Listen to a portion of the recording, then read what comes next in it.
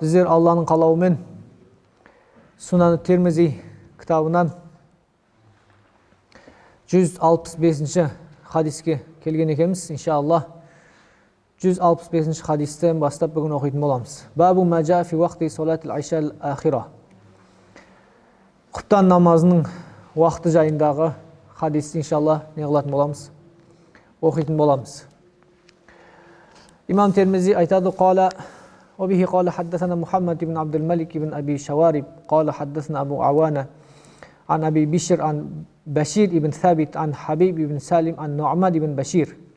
Nu'man ibn Bashir деген сахабадан келеді. Бұл кісі айтады: "Ана а'ламун наси би вақти хазихи ссала." Намаз уақыттарын ең жақсы білетін адаммын, мен сондай адаммын дейді. Бұл кісі өзін не қылып жатыр?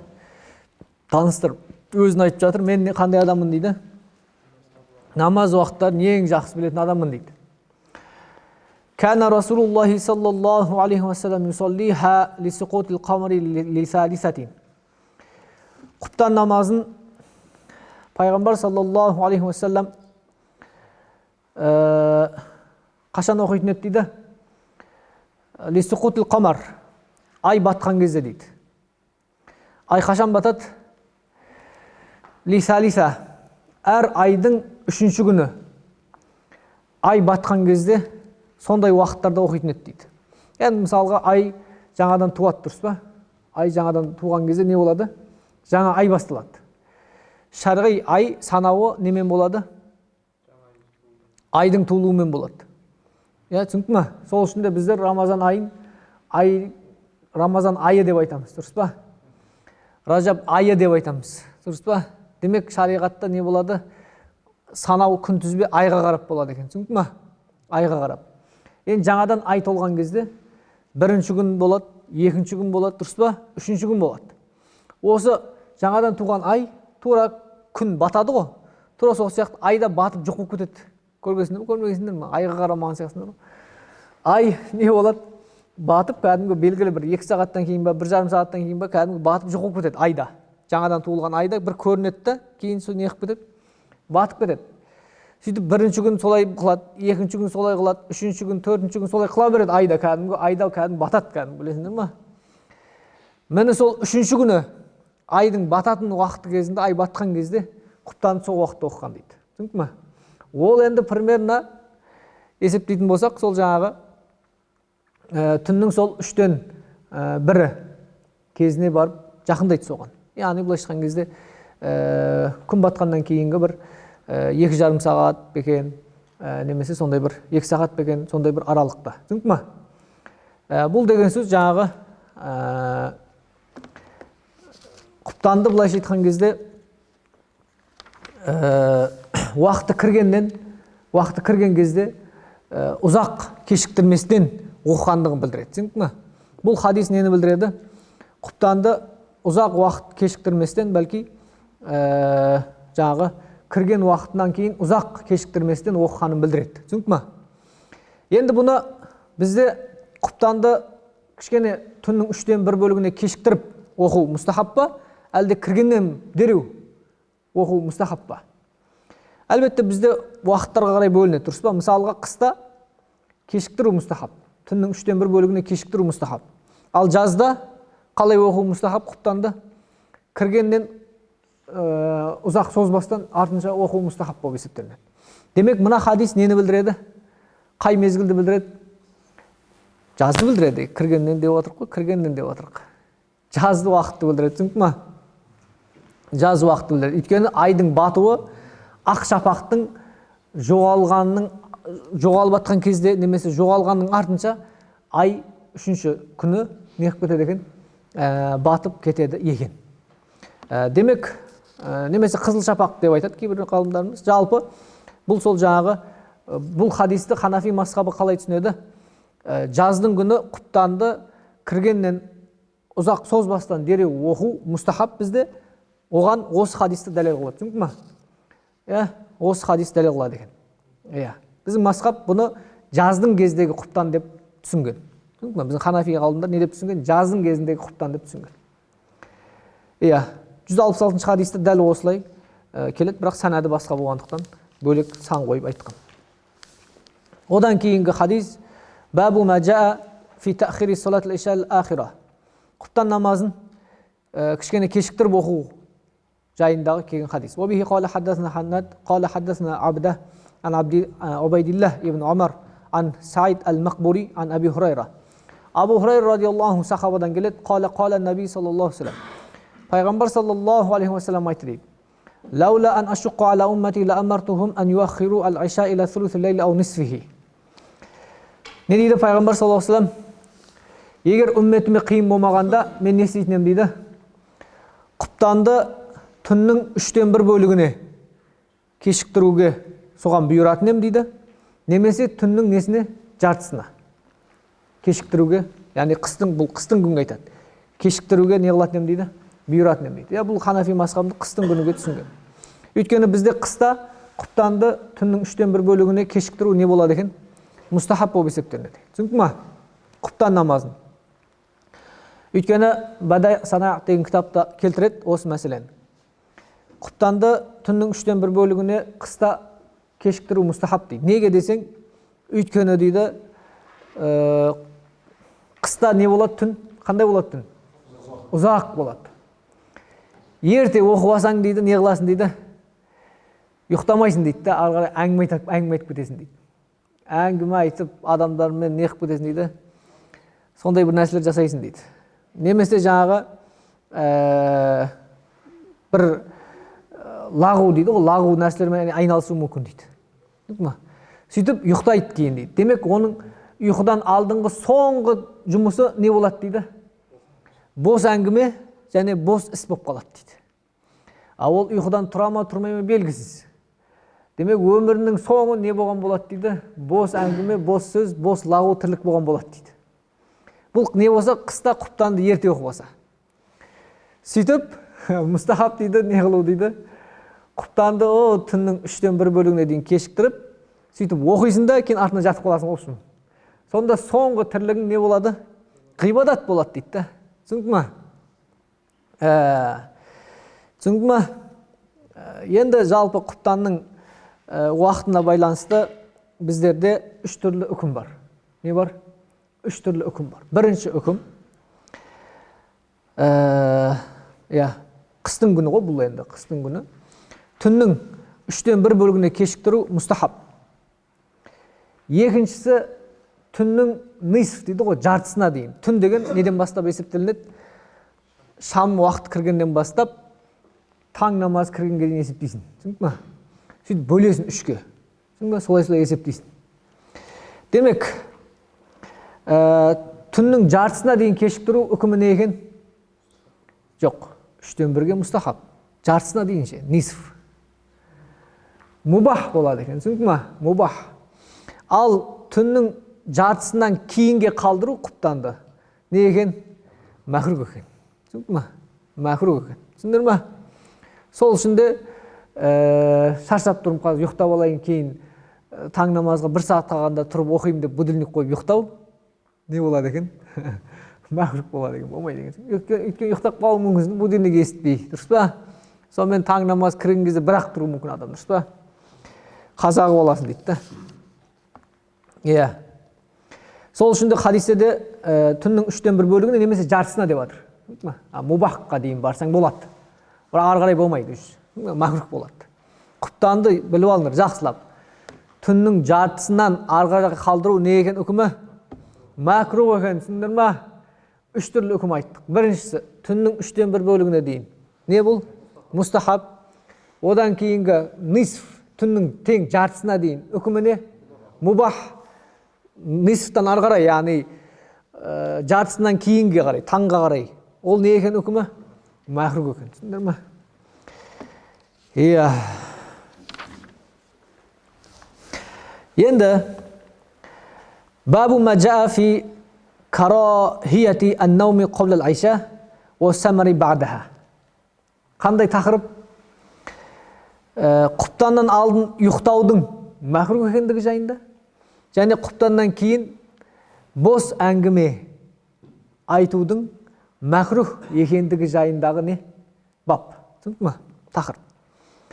168 حديث. وبه قال حدثنا أحمد بن منيع قال حدثنا هشيم أخبرنا عوف قال أحمد وحدثنا عباد ابن عباد وهو المهلبي وإسماعيل ابن علية جميعا عن عوف عن يسار ابن سلامة وهو أبو منهال الرياحي عن أبي برزة قال Сахаба айтады, «Кәна Наби саллаллаху якраху ан-наума қабла ал-айша вал хадиса ба'даха». Не дейді? Пайғамбар саллаллаху алейхи ва саллям құптаннан алдын ұйықтауды ұнатпайтын еді дейді. Якраху. Түсінді ме? Жағымсыз көретін еді. Құптаннан алдын не қылуды? Ұйықтауды.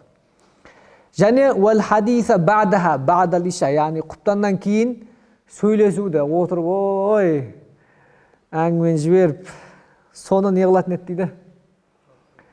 Ұнатпайтын еді пайғамбар саллаллаху алейхи ва саллям. Түсінді ме? Енді бұдан кейінгі хадисті біз оқиық, кейін қайттан қайтамыз иншалла.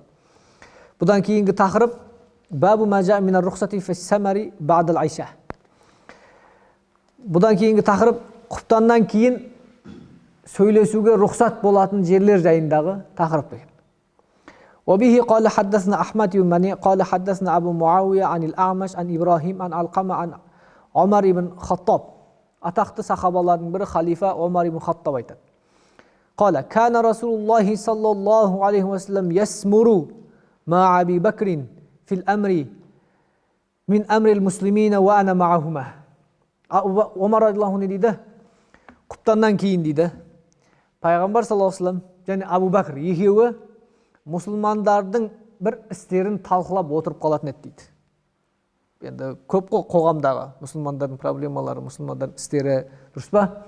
Соны отырып кіммен кім? Пайғамбар саллаллаху алейхи ва саллям мен Абу Бәкір екеуі отырып талқылап қалатын еді дейді. Мен ол екеуімен бірге отыратын едім дейді. Мен де ол екеуімен бірге отыратын едім дейді. Былай айтқанда үшеуі болып тұр ғой енді. Үшеуі не істейтін болған? Мұсылмандардың уайымдап талқылайтын болған екен. Кім? Қазір бірге жатқан үшеуі ғой. Пайғамбар саллаллаху алейхи ва саллям, Абу Бәкір және Омар. Бұл баста сондай болған екен, үшеуі бірге жүрген екен. Бірге мұсылмандар талқылап, мұсылмандардың тірліктерін, істерін бірге талқылайтын болған екен. Субханаллах. Қазір де үш дос бірге жатыр, дұрыс па?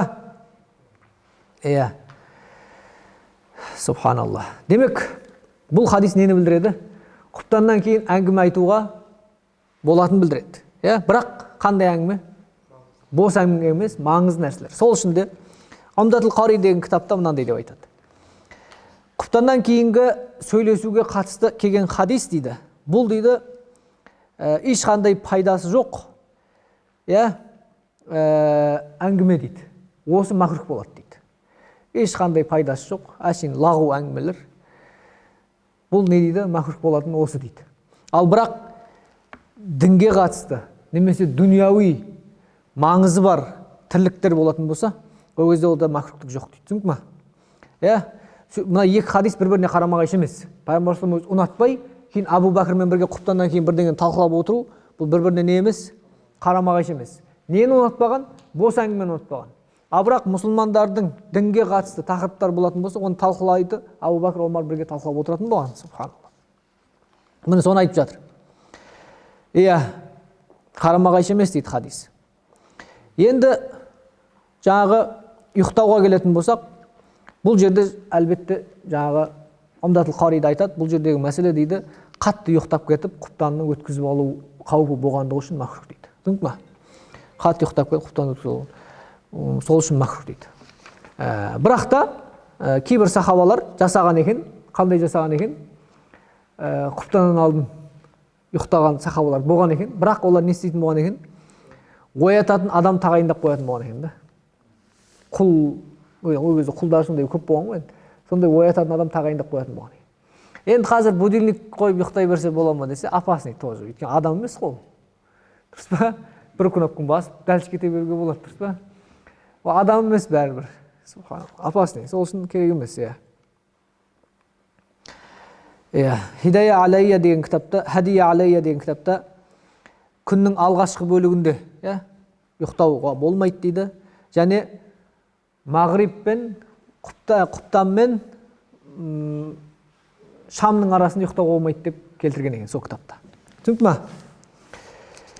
Иә, енді мына хадис жаңағы Абу Бәкір және Омар және пайғамбар саллаллаху алейхи ва саллям үшеуі діни мәселелерді, мұсылмандардың мәселелерін талқылап отыратын болған жайында хадисқа келетін болсақ, Табин Хақайқ деген кітапта айтады, егер лихажатил мухимма дейді, бір маңызды тірлік болатын болса, фәлә бәсә бихи, құптаннан кейін сөйлесіп отыруда ағаттық жоқ дейді.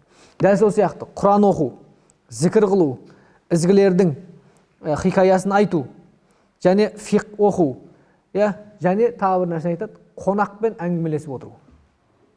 Мысалы, құптан оқып болдың, қонақ келіп қалды. Ойбай жатайық деп бәрін жатып қалды, кішкене әңгімелесу керек қой, дұрыс па? Қонақ келіп жатыр, кішкене әңгімелесіп, бұл мақрух болмайды екен. Түсіндің ма? Бұл не болмайды екен?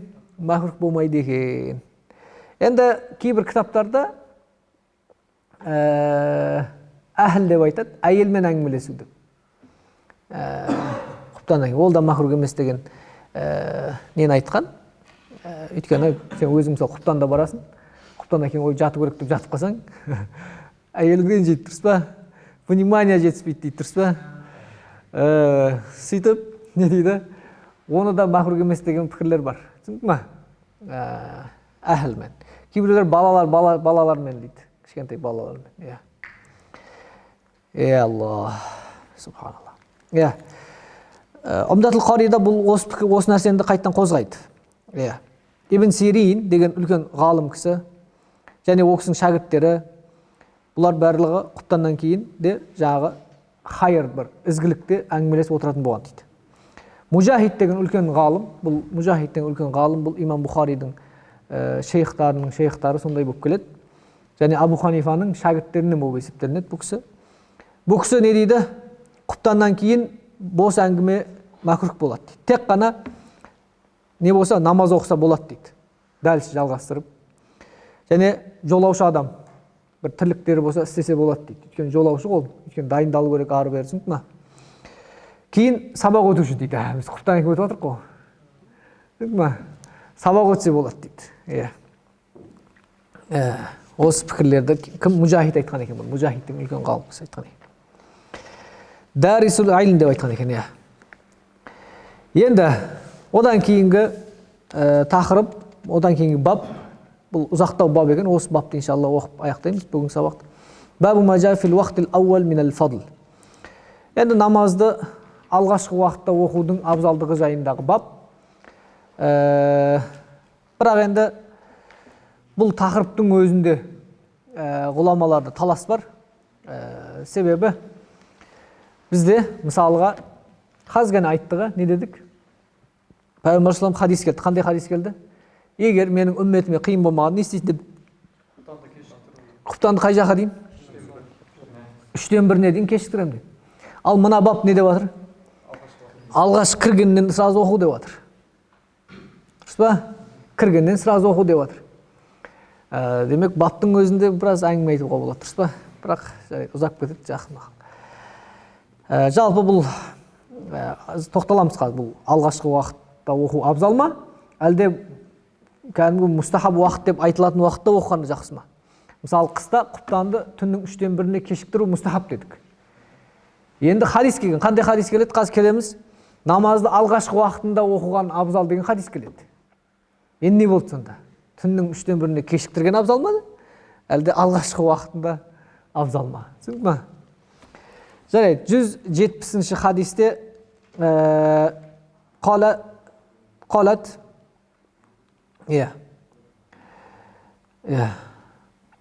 Суиля Наби саллаллаху алейхи ва саллям айул амали афдалу. Қайсы амал абзал деп сұралды дейді. Қала ас-салату ли ауали уақтиха. Алғашқы уақытында оқылған абзал деп айтты дейді.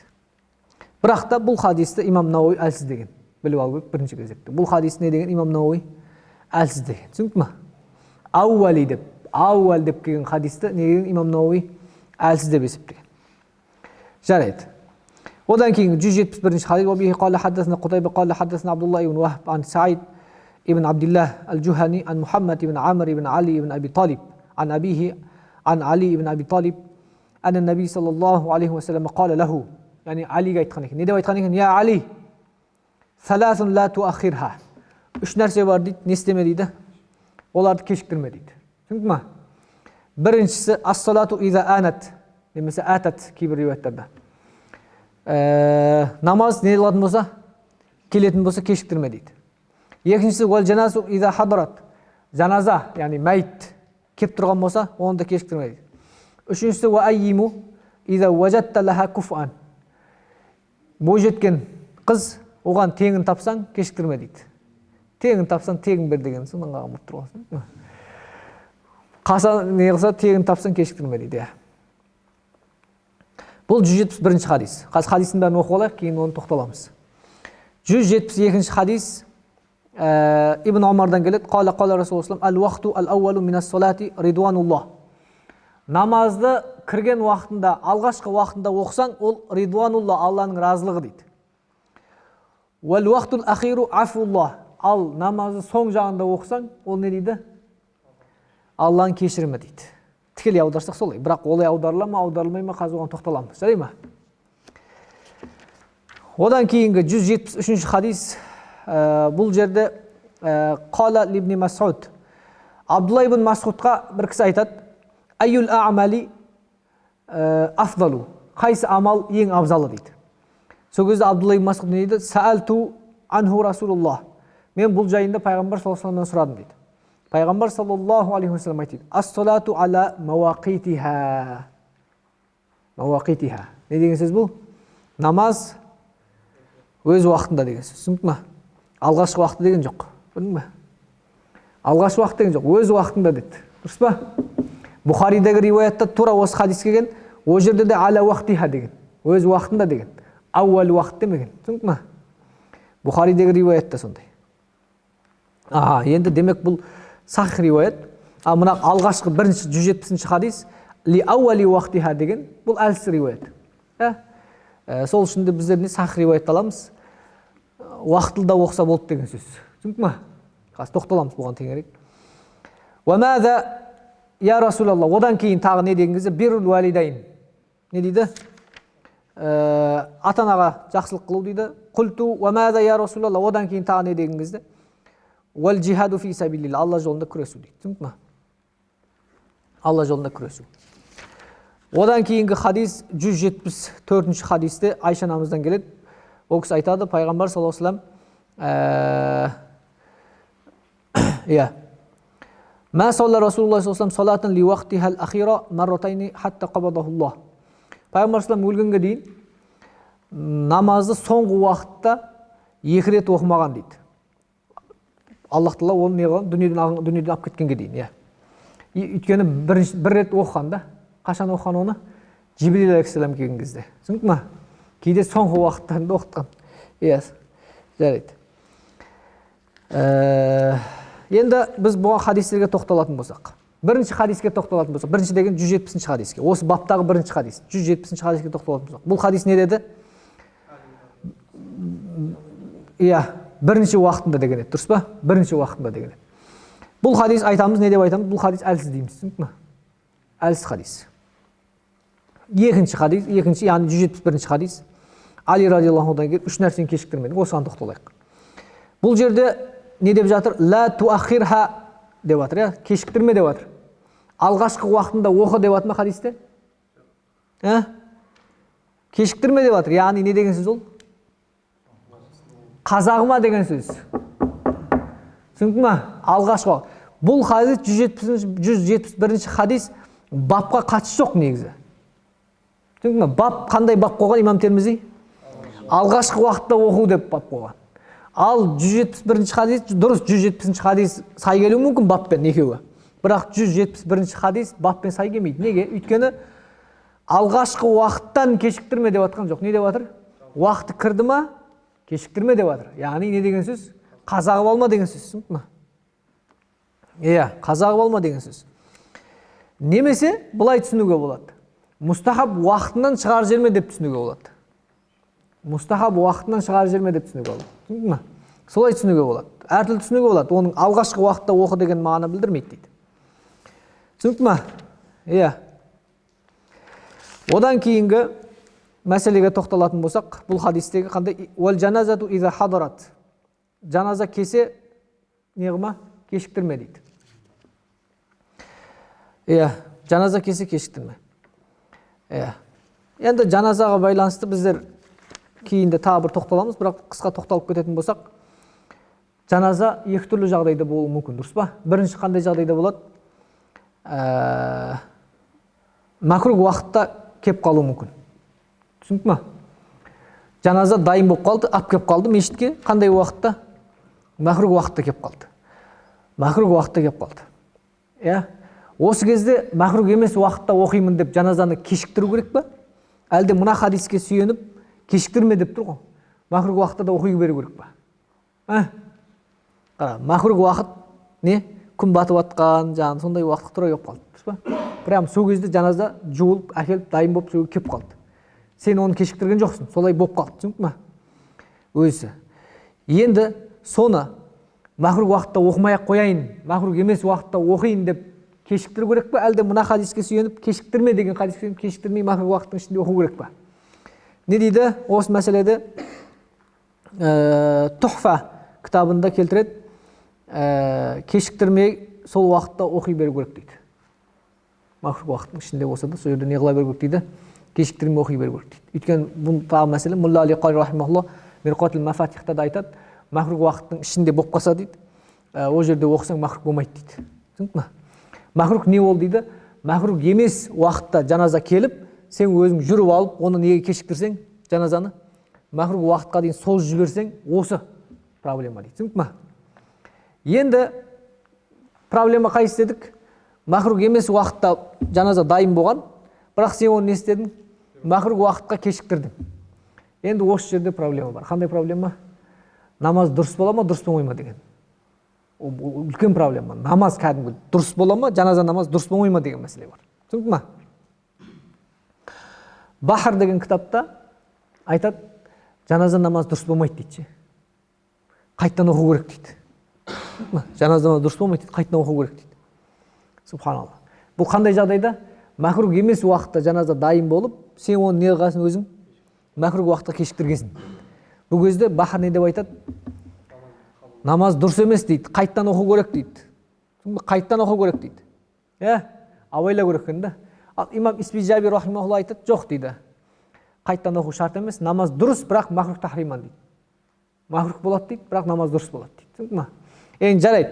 Исбижаби рахимахуллахтың пікірін алып, намаз дұрыс, макрух болады дегеннің өзінде бәрібір не қылу керек? Сақтану керек та.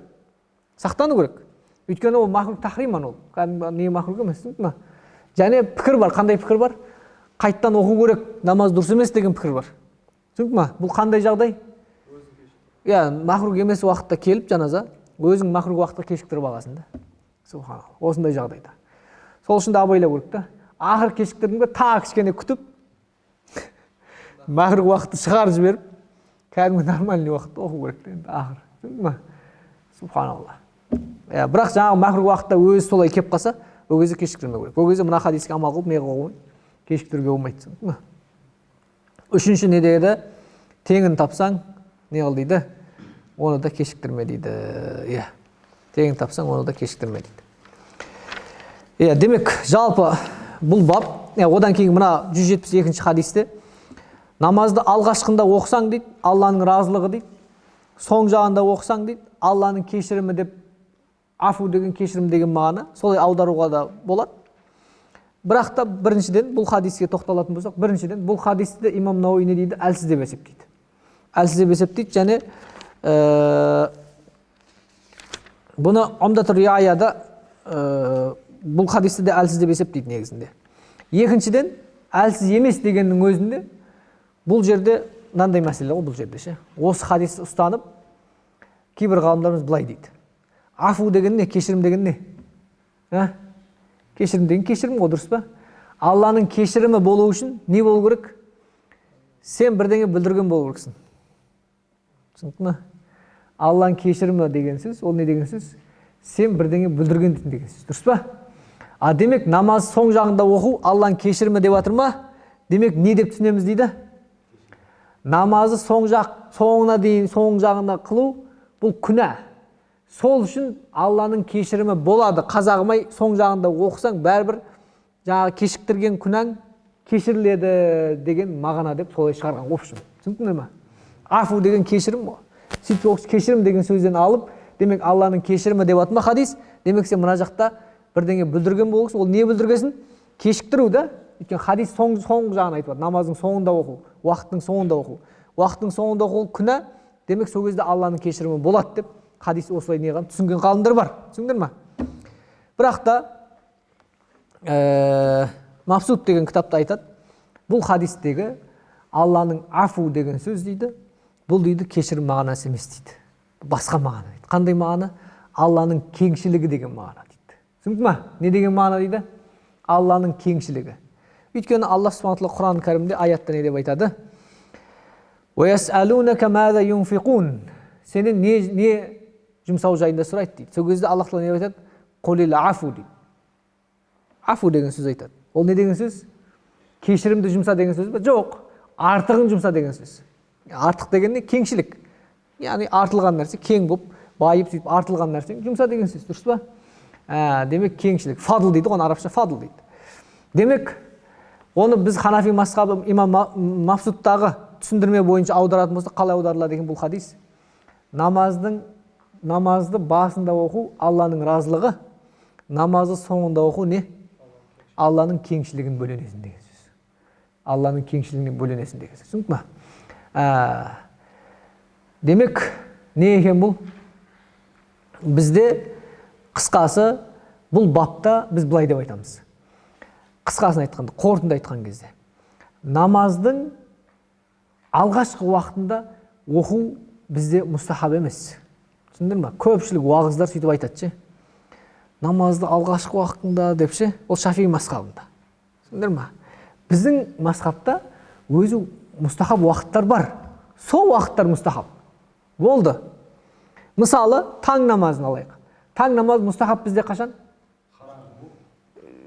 Жарық бастал, жарық кезде ғой, былай айтқанда. Жарықта оқыған кезде мұстахаб.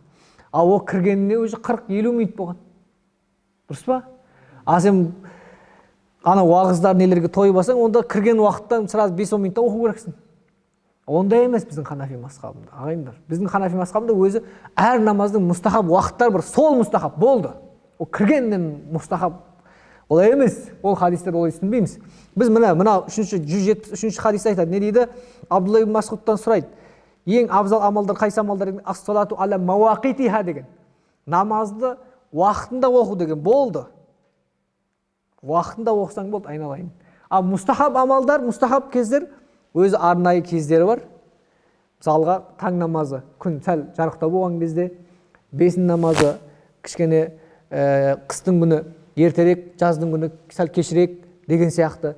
Асыр намазы кішкене намаз уақыт кіргеннен кейін кішкене өткізіп барып мұстахаб бұл жайында айттық, хадистерде айттық, дұрыс па? Құптан намазы қыстың күні түннің 3/1 бөлігіне, жаздың күні ерте деген сияқты өзі мұстахаб сол болды. Бұл хадис бүкіл емес, ондай емес, өйтіп түсінуге болмайды. Түсіндіңдер ме? Бүкіл намазды кіргеннен оқу мұстахаб екен деп түсінуге болмайды. Біздің мазхаб емес ол. Түсіндің ме? Ол қай мазхаб екен? Шафии мазхаб. Түсіндіңдер ме? Біздің мазхаб емес. Біздің мазхабтар мына Бухариде деген бұл хадис, Термизиде деген ас-салату аля мауақитиха. Осы хадисті аламыз. Намазды уақытында оқу абзал. Уақытында. Мақрық уақытқа өткізбей бірақ. Түсіндің ме? Иә. Енді осы 173 хадиске тоқталып кете салайық. Иә. Бірінші неде айтты? Намазды уақытында оқу. Қаза қылмастан оқу бұл жерде мағынасы. Түсіндің ме? Қаза қылмастан оқу абзал. Екінші ата-анаға жақсылық қылу. Үшінші Алла жолында күресу. Түсіндің ме? Енді бұл хадистерде бір мәселені қозғайды ғалымдар. Қандай мәселе?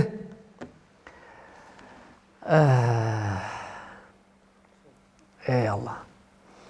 Қайсы амал ең абзал амал деп сұрады ғой. Дұрыс па? Тура осындай хадистер бар. Аллаға ең ұнамды амал қандай амал деген басқа да хадистер. Бұл жерде бірақ басқа нәрсе айтылады. Мына жерде 3 нәрсе айтылды. Қандай нәрсе? Намазды уақытында оқу, ата-анаға жақсылық қылу және Алла жолында күресу. Дұрыс па? Басқа хадистерде басқа нәрсе айтылады. Мысалы, Аллаға ең ұнамды нәрсе қысқа болса да жалғасымды болу дейді. Дұрыс па? Бар ма? Қысқа болса да жалғасымды болу. Қосылып кетті ме? 3-еу өтті. 4-еу болды ма сонда? Тағы исламдағы ең қайырлы, ең жақсы амал дейді. Біреуді тамақтандыру дейді. Міскінді тамақтандыру. бесеу болды ма, кете бере ма, әлде қалай болды деген сұрақ туындайды, дұрыс па? Пайғамбар саллаллаху алейхи біреуге басқаша айтады, біреуге басқаша айтады. Түсінді ма? Бұны ғалымдарымыз айтады. Бұл жерде бірнеше нәрсе бар дейді. Бірінші дейді, сұрап келген адамдағы вирусты, сұрап келген адамдағы проблеманы пайғамбар саллаллаху алейхи білген дейді. Мысалы, бір адамда ол намазға немқұрайлы. Және ата-анасымен сәл ұрсып жүр. Және Алла жолында күресу, жихадқа күресуге кішкене жалқаулық танытады. Ол адамға не деп айтады? Үшеуін айтады. Не деп айтады? Намазды уақытында оқы, ата-анаға жақсылық қыл, Алла жолында күресу. Түсіндің ме? Бір адам тұрақтылық жоқ, жалғасымдылық жоқ. Ол адамға не деп айтады пайғамбар саллаллаху алейхи? Аз болса да жалғасымды болу деп айтады. Бір адам ақшасын қимайды тамақтандыруға кедейлерді. Оған не деп айтады? Ең жақсы амал тамақтандыру деп айтады. Көрдің бе? Әркімге өзінің несін береді, өзінің емін береді ғой. Пайғамбарымыз саллаллаху алейхи вассалам. Сөйтіп әртүрлі хадис болып кетеді сөйтіп. Түсіңдер ме? Бұлар бір-біріне қарама-қайшы емес. Әртүрлі болып кетеді. Бұл бір түсінік. Осылай хадистерді жинайды. Бұл бір жинау. Екінші бір варианты бар. Қандай вариант ол? Уақытқа байланысты дейді. Мысалы, тамақтандыруға байланысты хадис дейді, жаңа құрғақшылық болған кездерде айтылған дейді. Түсінді ме? Байларға айтып жатыр енді құрғақшылық қой өйткені. Адамдарда не жоқ? Тамақ жоқ. Байларға бұл ескертуді, айналаңдағы көршілер, айналаңдағы қаладағы адамдар аштықтан өліп қалмасын, тамақтандырыңдар деген қызықтыру. Түсінді ме? Уақытқа байланысты. Ал сондай уақыт келді, Алла жолында күресу керек болды, шығу керек болды. Ол кезде жихадты айтады деген сияқты. Әртүрлі айтылады дейді. Уақытқа байланысты деп екінші пікір осылай айтады. Осылай хадистерді не қылған екен, бір-біріне қарама-қайшы емес деп, солай не қылған екен? Жинаған екен. Иә. Жинаған екен. Иә, иншалла осымен бүгінгі хадисті аяқтаймыз. Енді мына соңғы айтпақшына қалып кетіп бір 174-ші хадисте айтып кететін болсақ, бұл жалпы бұл енді сол айттық қой жаңағы. Ta'lim Жибрил мен болған деп, Жибрил алейхиссаламмен бір рет кешіктіріп сондай болғандығын. Яғни кешіктіргендігі пайғамбар саллаллаху алейхи вассаламның не үшін болған? Намазды соңғы уақытына дейін кешіктіргендігі не үшін болған? Үмметіне үйрету үшін болған. Болады деп, жайыз деп үйрету үшін болған. Түсіндің ме? Иә, жарайды. Осымен иншалла бүгінгі сабағымызды аяқтайық. Иншалла 175-ші хадистен сабақты жалғастырамыз келесі сабақ. Субханак Аллахумма хамдик ашхаду ан ла илаха илля анта астағфирука ва атубу илейк. Аллахым өзің біздерге тауфиқ ықылас бер. Намазды өз уақытында оқуымыз, ата-анамыз жақсылық қылуды және Алла жолында аянбай еңбек етуіміз біздерге нәсіп ете бер. Саллаллаху алейхи ва саллям Мұхаммад би рахматика архамар рахим. Аллаху акбар.